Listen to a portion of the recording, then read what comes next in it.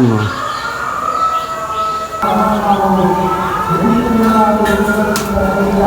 Hi යාළුවනේ කොහමද ඔයාලට? අදත් අපි ආව විශේෂ ස්ථානයක් වන්දනාමාන කරන්න. මේ අපි අද ඉන්නේ කලාවත මුන්නේශ්වරම් ප්‍රදේශයේ. ඉතින් මුන්නේශ්වරම් කෝවිල වන්දනාමාන කරන්න එන ඔයාලා කවදා හරි මේ මුන්නේශ්වරම් කෝවිල පිටිපස්සේ තියෙන මේ ලස්සන පන්සල දැකලා තියෙනවද? ඉතින් අපි අද ඉන්නේ කලාවත තුමුලසෝම මහා පිරිවෙනේ. මේ මුන්නේශ්වරම් කෝවිල අසබල තියෙන මහා පිරිවෙන මහා පන්සල. ඉතින් මේ හරිම ලස්සන පන්සල බලන්න අද අපි යමු. එන්න යමු අපි ගිහින්.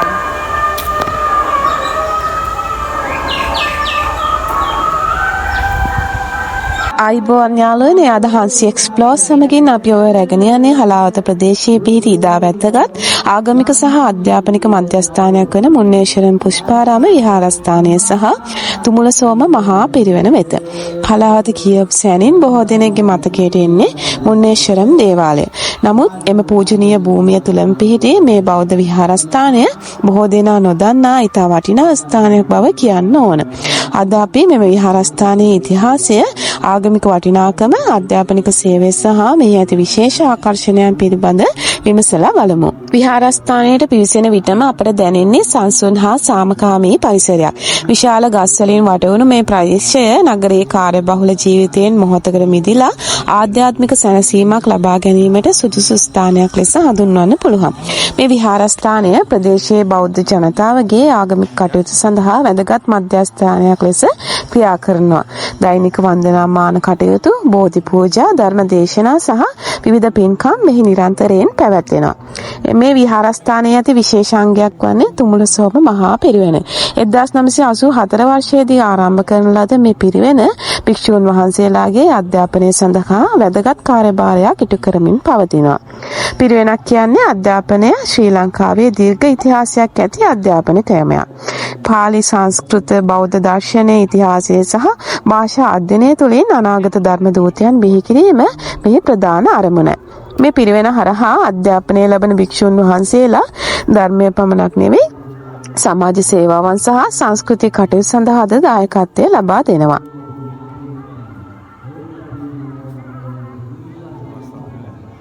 මේ විහාරස්ථානයේ වඩා ජනප්‍රිය ස්ථානය ලෙස හැඳින්විය හැක්කේ මුචලින්ද නාගදරණ බුද්ධ ප්‍රතිමාව. දුර සිටම දැකගත හැකි මේ දැවැන්ත නිර්මාණය විහාරස්ථානයේ සුවිශේෂී සංකේතය බවට පත්ව තිබෙනවා. විශාල නාගරාජයෙකුගේ ආරක්ෂාව යටතේ වැඩ සිටින බුදුරජාණන් වහන්සේගේ රුව ඕනෑම කෙනෙකුගේ සිත් ඇද ගන්නා සුළුයි. බෞද්ධ ඉතිහාසයට අනුව බෝධි ප්‍රාප්තියෙන් පසුව 6 වන සතියේ භාවනාවේ යෙදී සිටි බුදුරජාණන් වහන්සේට ඇති වූ මහවැසි සහ සුළං වලින් ආරක්ෂාව සැලසීමට මුචලින්ද නාගරාජයා තම පෙන විහිදා ආවරණයක් සැපයූ බව සඳහන් වෙනවා. එම සිදුවීම සිහිපත් කරමින් මෙම අලංකාර නිර්මාණය ඉදිකර තිබෙනවා. මෙහි තවත් විශේෂත්වයක් වන්නේ මෙම නාගදරණ බුද්ධ ප්‍රතිමාව ඇතුළට පිවිසීමට හැකිවීමයි. පිටතින් බලනකොට එය සාමාන්‍ය ප්‍රතිමාවක් වගේ පෙනුනත් ඇතුළට ගියහම වෙනස්ම ලෝකයකට පිවිසෙනවා වැනි හැඟීමක් ඇති වෙනවා. මේ ඇතුළත බෞද්ධ ඉතිහාසය, බුද්ධ චරිතය සහ ආගමික සිදුවීම් නිරූපණය කරන නිර්මාණ සහ ප්‍රතිමා දැක ගන්න පුළුවන්. මේක දරුවන්ට මෙන්ම වැඩිහිටියන්ටත් අධ්‍යාපනික වටිනාකමක් ලබා දෙන ස්ථානයක් ලෙස සැලකන්න පුළුවන්. ඒ නිසා බොහෝ සංචාරකයන් වෙන්ම ශ්‍රී ලාංකීය බොහෝ බැතිමතුන් මේ විහාරස්ථානයේ වැඳ පුදා ගන්න පැමිණෙනවා. මේ විහාර භූමිය තවත් වැදගත් ස්ථානයක් වන්නේ සමාධි බුද්ධ ප්‍රතිමා වහන්සේ. සංසුන් භාවනා ඉරියව්වකින් වැඩ සිටින මේ ප්‍රතිමාව ඉදිරිපිට රැඳී සිටිනකොට සිතට ලැබෙන්නේ අමුතුම නිස්කලංක බවක්. ඒ වගේම තමයි මේ විහාරස්ථානයේ චෛත්‍ය රාජානන් වහන්සේ බැතිමතුන්ගේ ගෞරවයට පාත්‍ර වූ පූජනීය ස්ථානයක්. බොහෝ දෙනා චෛත්‍ය වන්දනාවේ යෙදෙමින් ආශිර්වාද ප්‍රාර්ථනා කරනවා. ඒ වගේම තමයි බෝධීන් වහන්සේත් මේ විහාර භූමියේ ආධ්‍යාත්මික කේන්ද්‍රස්ථානයක් ලෙස සැලකෙනවා. මල් පහන් සහ පහන් පූජා සමග බැතිමතුන්ගේ වන්දනාමානයට ලක්වන මෙම ස්ථානයේ නිරන්තරයෙන්ම බැතිමතුන්ගෙන් පිරී පවතිනවා. විහාරස්ථානයේ ධර්මශාලාවද විශේෂයෙන් සඳහන් කරන්න ඕන. ධර්ම දේශනා, පිරිත් සජ්ජායනා, දානමය පින්කම් සහ විවිධ ආගමික වැඩසටහන් මෙහි පැවැත්වෙනවා. මේ විහාර භූමියේ සංඝාවාස, පිරිවෙන ගොඩනැගිලි සහ අනෙකුත් ආගමික පහසුකම්ද දැක ගන්න පුළුවන්. මේ සියල්ල එකට එක්ක විහාරස්ථානයේ වැදගත්කම තවත් ඉහළ නම් වෙනවා. සෑම වසරකම පැවැත්වෙන මුන්නේශ්වරම් මංගල්‍ය සමයේදී මේ ප්‍රදේශය ඉතා සජීවී ස්ථානයක් බවට පත් වෙනවා. දහස් ගණන් බැතිමතුන් මේ ප්‍රදේශයට පැමිණෙන අතර පුෂ්පාරාම විහාරස්ථානයේද එම ආගමික වාතාවරණයේ වැදගත් කොටසක් බවට පත් වෙනවා. මේ කාලයේදී විවිධ පූජා, ධර්ම දේශනා, ආශිර්වාද වැඩසටහන් සහ සමාජ සත්කාර කටයුතු සංවිධානය කරනවා. මුන්නේශ්වරම් ප්‍රදේශය විශේෂ වන්නේ ආගමික සහජීවනයේ සංකේතයක් ලෙස සැලකිය හැකි නිසා. බෞද්ධ හා හින්දු ආගමික සම්ප්‍රදායයන් එකම භූමියක සමීපව පවතින ආකාරය ශ්‍රී ලාංකික සංස්කෘතික විවිධත්වය පිළිබඳ කදිම උදාහරණයක් ලෙස සැලකෙනවා. මෙවැනි ස්ථාන අපගේ සංස්කෘතික උරුමයේ කොටසක් පමණක් නෙවේ, අනාගත පරම්පරාවන් සඳහා ආරක්ෂා කළ යුතු වටිනා සම්පතක් බවත් මතක් කළ යුතුය. අද අපි නැරඹූ මුන්නේශ්වරම් පුෂ්පාරාම විහාරය සහ තුමුලසෝම මහා පිරිවෙන ආගමික වටිනාකමෙන්, අධ්‍යාපනික සේවයෙන් සහ සුවිශේෂී නිර්මාණ වලින් පිරිපුන් ස්ථානයක් බව ඔබටත් පැහැදිලි වන්නට ඇති. ඔබත් හලාවත ප්‍රදේශයට පැමිණෙනවා නම්, මුන්නේශ්වරම් දේවස්ථානයේ වැඳ පුදා ගන්න පැමිණෙනවා නම්, එවන් අවස්ථාවක මේ පූජනීය ස්ථානයට පැමිණ ඒ සුන්දරත්වය, ආධ්‍යාත්මික වටිනාකම සහ ඉතිහාසය සියසින් අත්විඳින්න අමතක කරන්න එපා. මෙන්න මේක ලස්සන ගන්නද?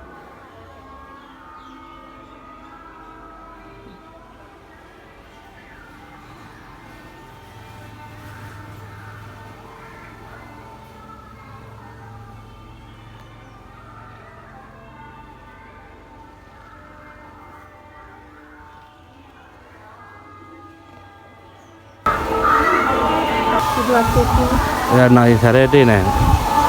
ඒ අර තියෙන සැරේට ඒක නයික් වගේ එකක් නෑ. ඒ හොඳ මෙයා හොඳ.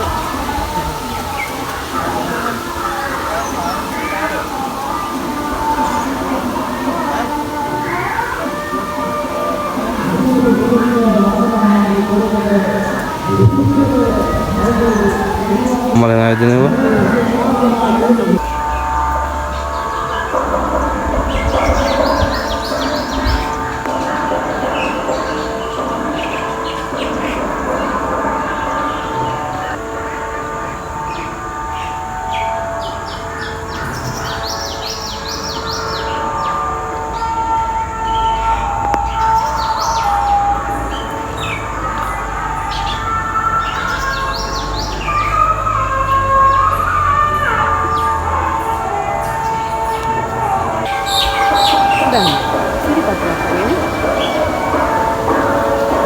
Makin dulu, amatin dulu.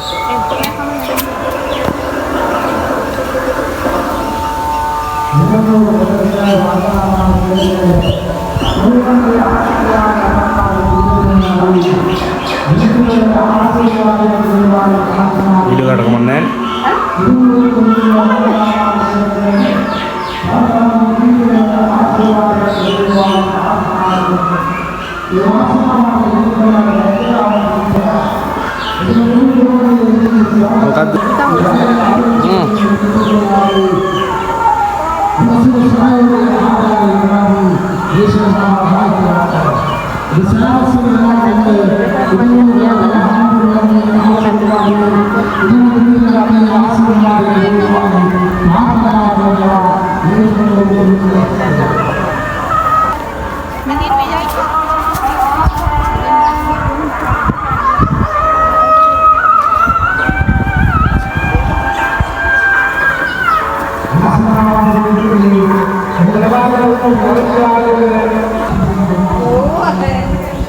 Aneh beda wi. Paham aku. ඔය පරිදෝ ගන්න කියලා බලන්න මැචින් උඩට මෙයාට බුදු පිළිම ගියා. ඊට පස්සේ ඔකේ කියන්නේ අර පැත්තෙන් දාලා එහෙම. Ah, matahari, thank you.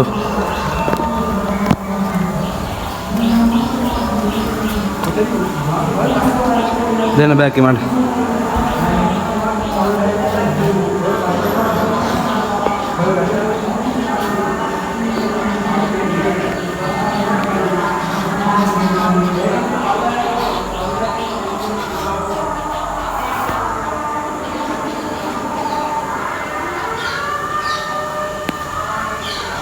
ඔහොම ඉන්න ඕන.